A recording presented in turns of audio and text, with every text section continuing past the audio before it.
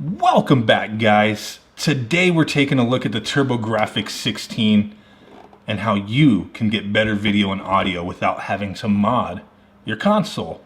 So the TurboGrafx was originally released with only the capability of using RF.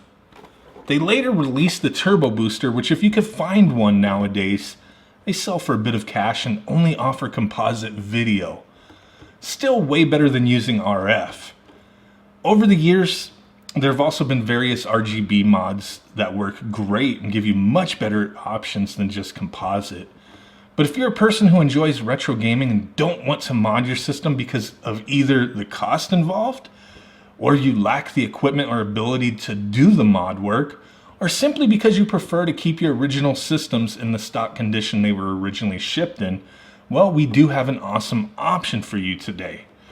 What we have to look at is a modless way to get various better output connections. Boom. The Engine Block AV from StoneAgeGamer.com. Before we continue with info on this product, I do want to let you know that I am in no way affiliated with StoneAgeGamer.com. I did purchase this device with my own money. I was really interested in it.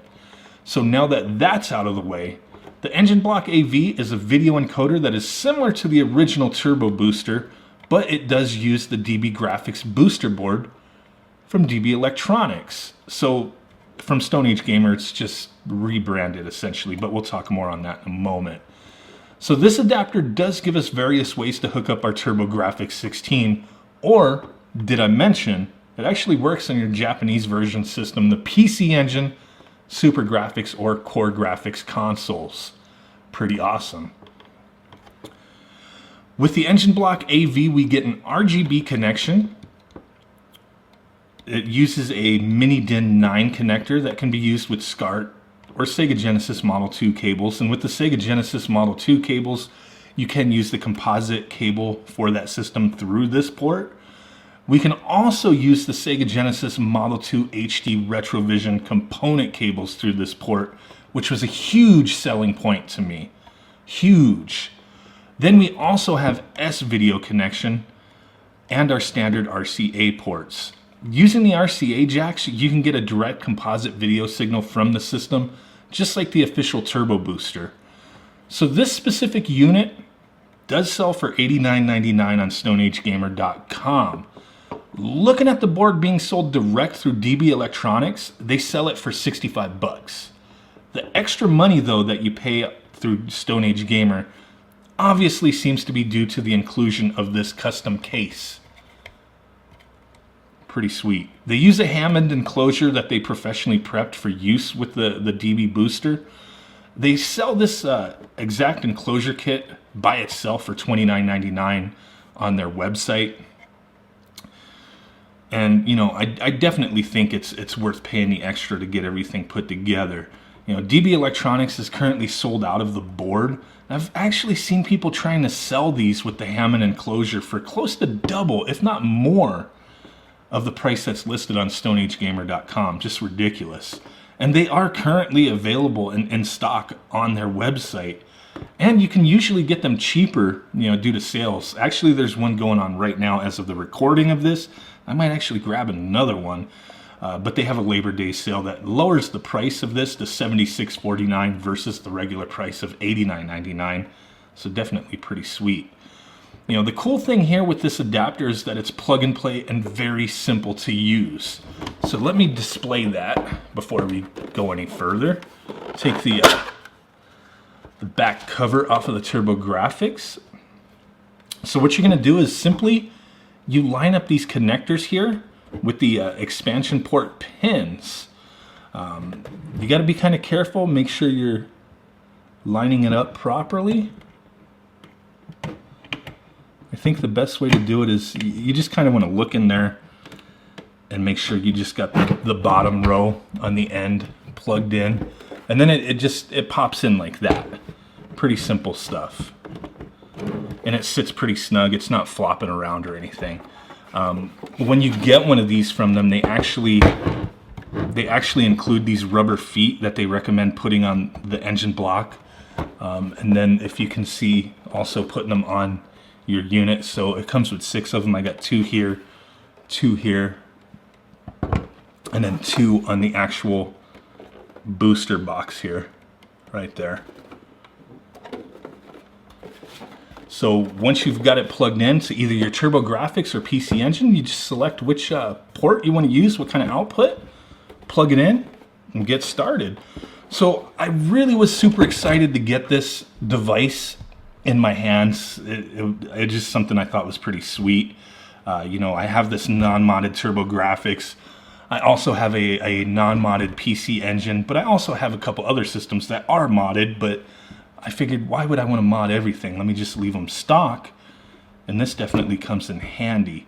So let's go ahead and take a look at the visual quality that we can expect to see out of using this particular device by using the HD Retrovision cables. So let's check out some gameplay. Okay guys, so I selected a handful of games to check out and, you know, see what kind of visuals we get. So first up, little Galaga 1990. I really do dig this game. Before we really get into my thoughts on things, I do want to point out, yes, my aspect ratio on this recording is not exactly 4:3. For some reason, I couldn't get it set up properly. It looks fine though, but on my TV, I was playing it in 4:3.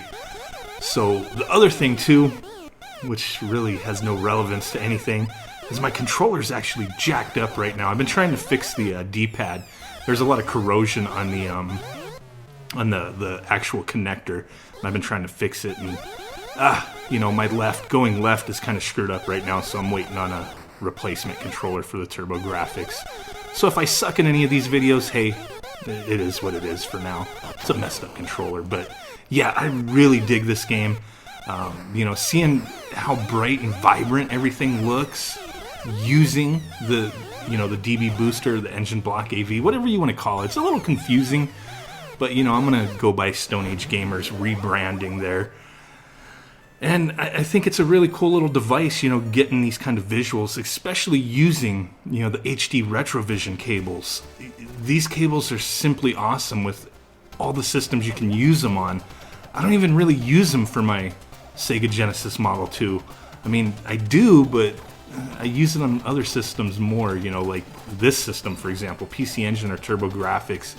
Also use it for my Sega Saturn and Neo Geo quite a bit as well. Just excellent cables. I know they're going to be coming back in stock pretty soon, so got to keep an eye out. I need to get another pair, just, you know, so I don't have to keep swapping around. But yeah, that's what I'm using, and I'm also I have it connected to the RetroTink 2X in order to record this. So far, you know, visual wise, everything looks great. Sound is great. I really dig this. I got on this big kick of TurboGrafx and PC Engine as of late. You know, I've had a couple systems for a while, and then I just recently picked up a couple more. I'm really fascinated by this system. You know, I didn't have a ton of exposure to the TurboGrafx, you know, growing up in the US.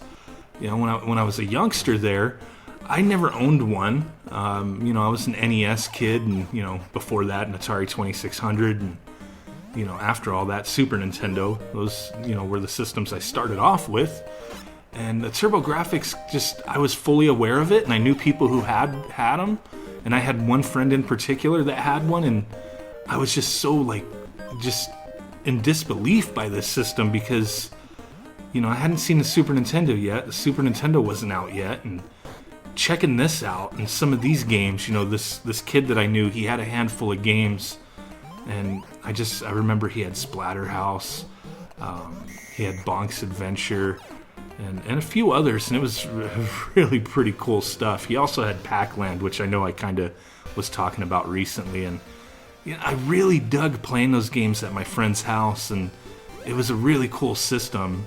Just, you know, we weren't in a position to be like, hey Mom, can we get a TurboGrafx-16? You know, the last system she ever purchased for me was an NES. After that, every system after that I purchased myself, so couldn't go around begging for a TurboGrafx. Just had to make do with what we had, you know. And it really sucks that I missed out on this system, you know, growing up.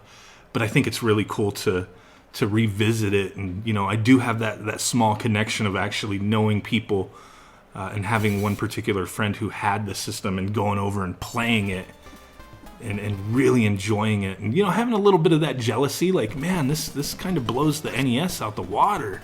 At that time, the Super Nintendo wasn't quite out yet when I first played the TurboGrafx. So when the Super Nintendo came out, it was all over. It was like, holy crap! I forgot about everything else after that. And, the TurboGrafx didn't necessarily have an amazing appeal in the US. They only had a little under 100 games released, which really is not a lot. Some of these games though are really awesome. They play great, and some of them are really expensive as well. So gotta ever drive it up to play some of these games. So a lot of them, there's a lot of great ones too. That came out on the PC Engine that never made it to the US. Like, I never knew Ninja Gaiden, whatever the heck you want to call it. I never knew this was released on the PC Engine or TurboGrafx. I mean, it didn't come out on the TurboGrafx, but the PC Engine is essentially the same system, just the Japanese version. So I thought that was really cool. So really awesome way to relive this system and revisit it, and being able to get some good visuals and use this on my modern displays. So just wanted to share this with you guys. Links will be in the description if you're interested in checking out the Engine Block AV. So really do appreciate you guys stopping in. Smash that like button, subscribe if you haven't done so already. It means the world to me. With that said, guys, I will catch y'all next time. Peace out, bye-bye, and boom!